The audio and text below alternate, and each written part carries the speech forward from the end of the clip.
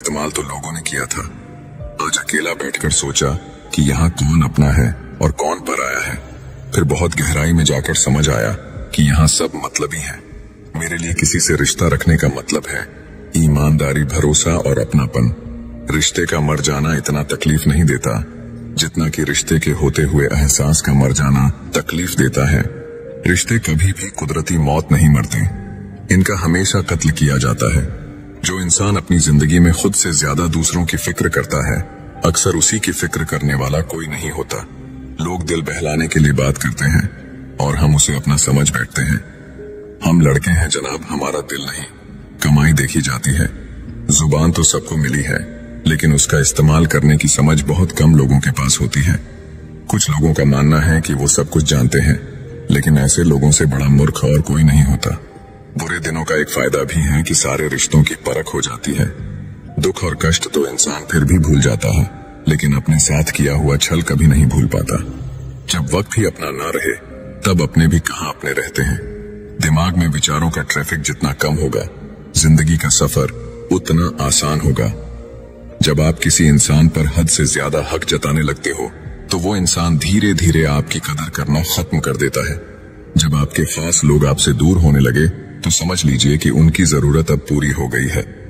हर चीज उठाई जा सकती है, सिवाय किसी की गिरी हुई सोच के।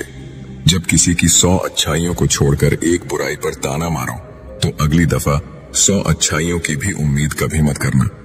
रिश्ता जताया नहीं निभाया जाता है, फिर चाहे वो दूर हो या पास हो। जीवन उसी का मस्त है जो अपने कार्य में व्यस्त है। काजू बादाम छोड़िए, धोखा खाइए, अकल जल्दी आएगी। बड़ी अजीब से मोहब्बत थी तुम्हारी। पहले पागल किया, फिर पागल कहा और फिर पागल बना के छोड़ दिया। लोग अगर बदलते हैं तो बदल जाने दो, सब पीछे आएंगे, बस अच्छा वक्त आने दो। जो आपके होकर भी जो आपकी नहीं, उनका पिंडदान करके उन्हें मुक्त कर दो। दो चेहरे को कभी नहीं भूलना चाहिए, एक बुरे वक्त में साथ देने वाला और दूसरा बुरा वक्त में साथ छोड़ने वाला। मैं समझता हूँ कि आखिर में सब कुछ जाने देने का नाम ही जिंदगी है।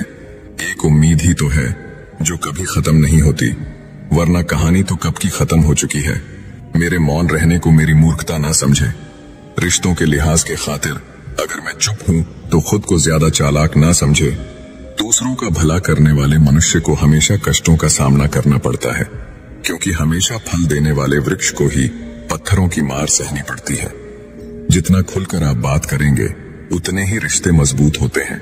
समझदार इतना हूं कि हर झूठ पकड़ लेता हूं, और बेवकूफ इतना हूं कि फिर भी यकीन कर लेता हूं। याद रखना, जिसका जैसा चरित्र होता है, उसका वैसा ही